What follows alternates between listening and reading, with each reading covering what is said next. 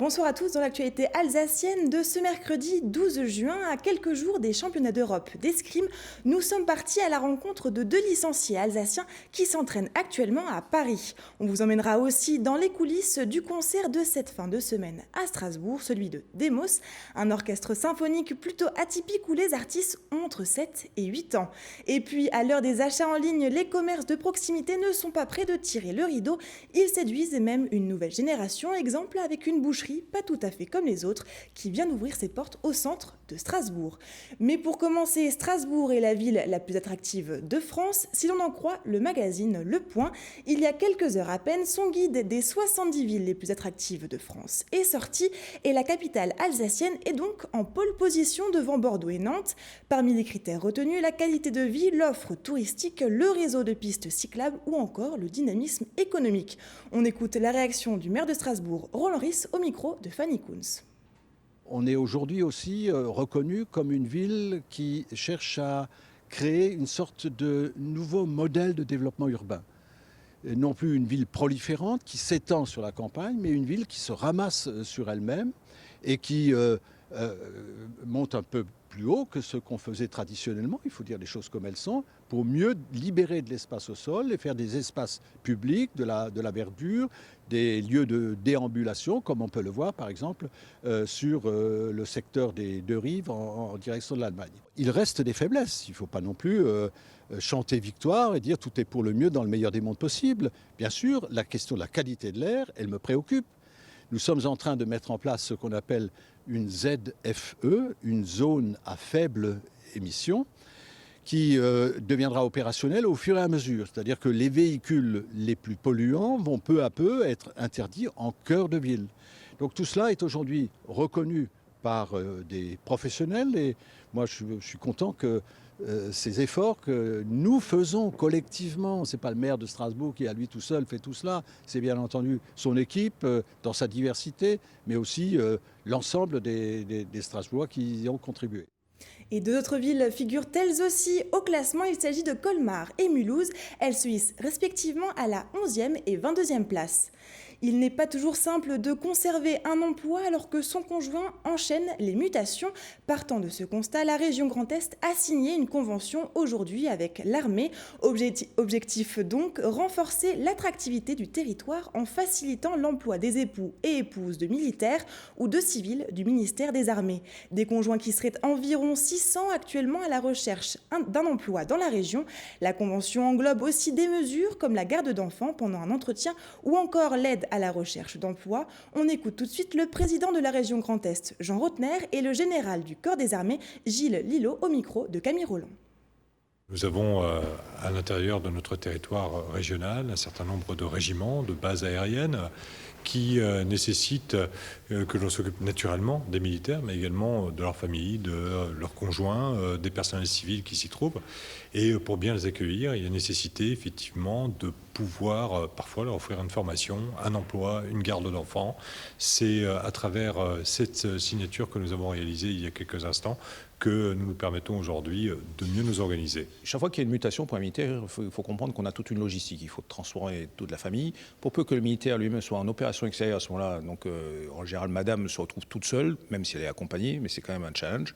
Et si en plus elle a une activité professionnelle, il faut retrouver le même travail et ça n'est pas simple. Donc du coup, elle n'est pas forcément ni prioritaire, ni pas beaucoup de temps, la garde des enfants, etc. Enfin voilà. Donc c'est des gens qui ont vraiment besoin d'être aidés pour ne pas pâtir des grandes contraintes de la singularité du métier de militaire. Et dans le reste de l'actualité, en bref, avis aux habitants de Markolsheim, la bombe de 250 kg datant de la Seconde Guerre mondiale, découverte ce week-end dans la commune, va être désamorcée mercredi prochain, le 19 juin. L'entrée ouest de la ville sera bouclée dans un rayon de 800 mètres entre 14h et 18h. Les 2/3 de la population de la commune seront donc évacués le temps des opérations. Et puis cette année, c'est la 2e édition du Loto du patrimoine. 2 châteaux alsaciens sont en lice, le Haut-en-de-l'Eau pour le Bas-Rhin et celui de Vesserlin dans le Haut-Rhin. Pour cette édition 2019, 121 sites ont été retenus sur les 1300 à avoir candidaté. Verdict le 14 juillet. C'est le concert de cette fin de semaine à Strasbourg. 120 écoliers de la ville donneront un concert symphonique ce samedi après-midi à la Cité de la musique et de la danse. Ces jeunes font tous partie du dispositif d'éducation musicale et orchestrale à vocation sociale, aussi appelé DEMOS. L'occasion pour eux de découvrir la musique classique et les instruments qui composent un orchestre symphonique. Romain Hirt et Gilles Kunz ont assisté à la répétition générale cet après-midi.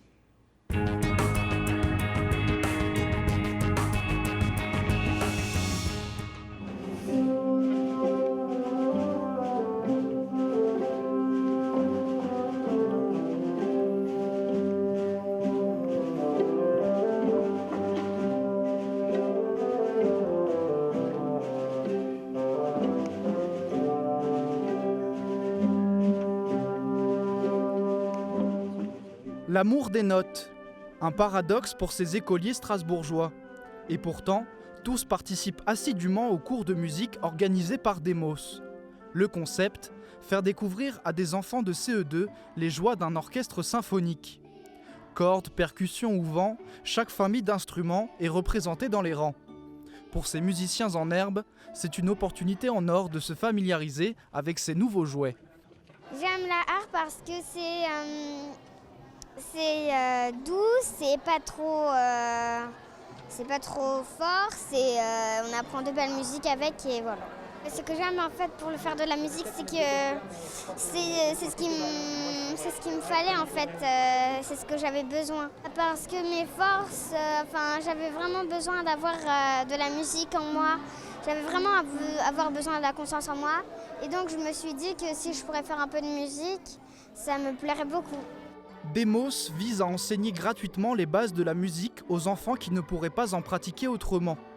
La Philharmonie de Paris en est à l'origine et organisera dans 2 ans le grand concert final. À Strasbourg, l'accent est mis sur l'aspect culturel et social du dispositif. Alors d'une part, il y a un objectif de faire découvrir aux enfants une histoire de la musique, puisqu'on part de la musique Renaissance jusqu'à la musique d'aujourd'hui, en passant par la musique traditionnelle orale.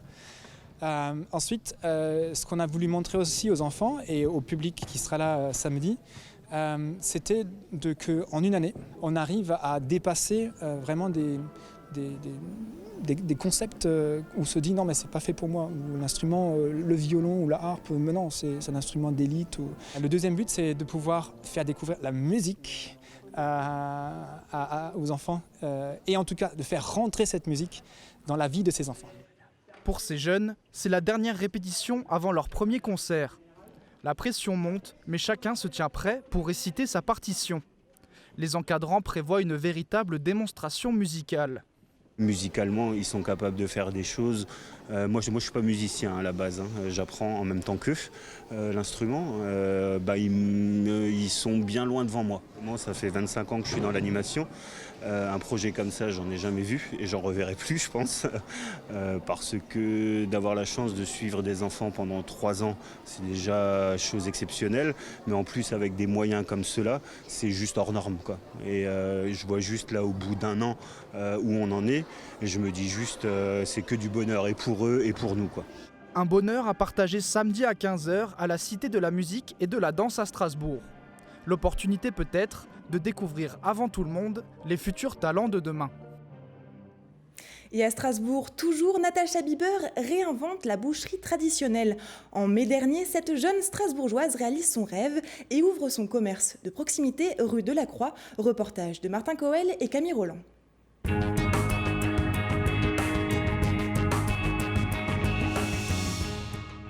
Soit je peux là désosser et lui faire un rôti, ou ça, elle veut le faire comment? Elle c'est une cuisinière, donc elle se débrouillera en fonction de ce que... Parce que ça sera super moelleux.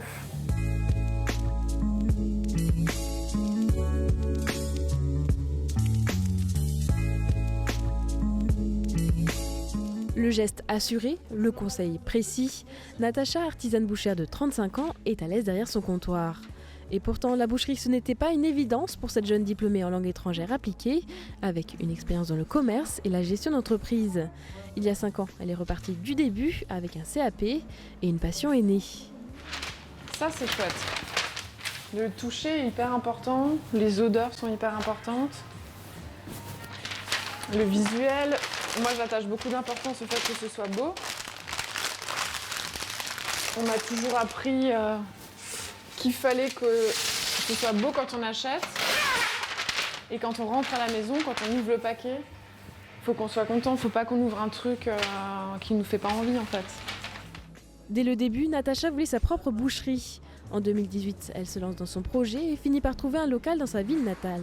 Et il y a un peu plus d'un mois, sa boutique ouvre ses portes en plein centre-ville de Strasbourg.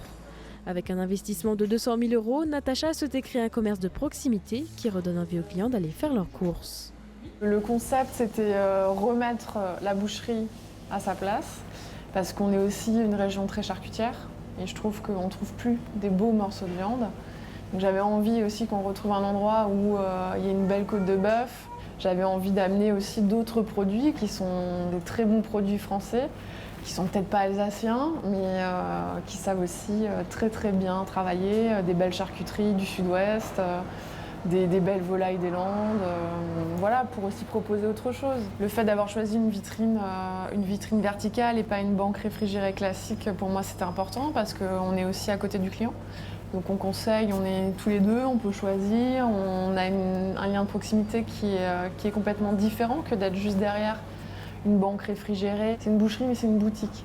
C'est joli, j'avais envie d'apporter un peu aussi de féminité dans la présentation, dans la décoration, que ce soit élégant, parce que je pense que ça peut être très graphique aussi la viande.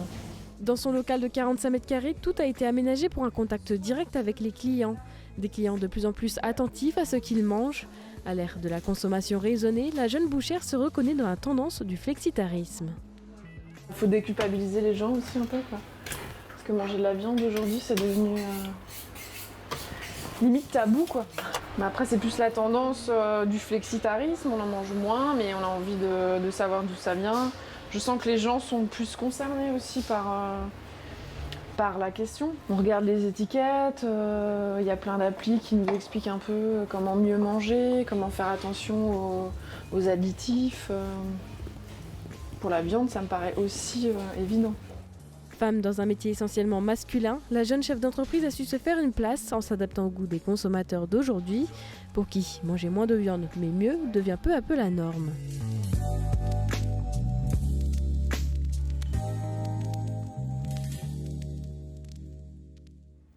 Et pour finir, un mot de sport et plus précisément d'escrime.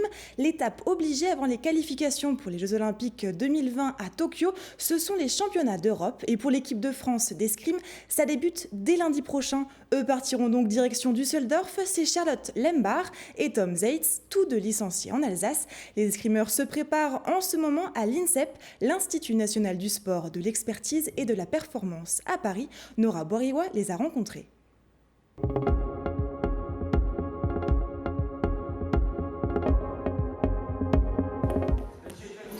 Après une série d'échauffements, l'heure est à l'entraînement sur la terre des champions à l'INSEP.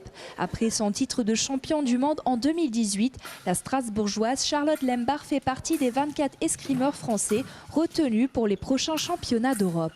Du moment où on entend son nom dans une sélection, c'est forcément un soulagement déjà de se dire que notre saison elle est quand même déjà bien réussie en termes de résultats et de ce qu'on a montré à nos entraîneurs. Et maintenant, il y a encore d'autres choses à prouver et d'aller chercher des médailles individuellement et par équipe. Donc c'est une autre étape, c'est-à-dire que là, on a fait une saison pour se sélectionner et faire des résultats aussi. Mais là, c'est encore plus important parce qu'il y a en plus la qualification olympique qui est à prendre en compte. Ce rendez-vous en Allemagne est donc un passage important sur la route des Jeux Olympiques de Tokyo en 2020. Licencié depuis 2 ans au club de Souffelweiersheim, Tom Zeitz s'entraîne aussi tous les jours à l'INSEP. Son objectif, engranger un maximum de points avec l'équipe d'escrime pour la qualification olympique. C'est stressant, je ne vais pas vous mentir, c'est stressant, mais au final c'est aussi excitant parce que c'est vraiment ce que je veux faire depuis que je suis tout petit, que j'ai commencé l'escrime. Donc c'est le seul moyen, c'est le moyen d'arriver à mes objectifs, mon rêve de gosse. Et ouais, j'ai envie d'y arriver, quoi. Donc j'ai envie d'y aller et de voir ce que ça va donner, quoi. En individuel comme par équipe, l'objectif est simple, gagner les championnats d'Europe ainsi que les mondiaux en juillet pour pouvoir décrocher une place aux JO. RGDS, partenaire des Alsaciens qui s'engagent. Et on termine ce journal avec l'image du jour, elle est signée Olivier Anne. Si la musique vous envahit et que vous n'arrivez pas à attendre le 21 juin, sachez que plusieurs villages du Grand Ried alsacien ont décidé de fêter la musique dès ce week-end. Dès vendredi, concert à Schwabsheim. Samedi 15, une scène sera disponible à Wittisheim pour tous les musiciens ou chanteurs souhaitant se produire. Samedi après-midi à Onnenheim, c'est un concert en l'église qui vous attend et il sera suivi d'un apéritif sous le tilleul. Toujours samedi, de multiples groupes musicaux locaux et régionaux vous attendent tout au long de la journée à Markolsheim et toutes ces fêtes de la musique sont évidemment gratuites.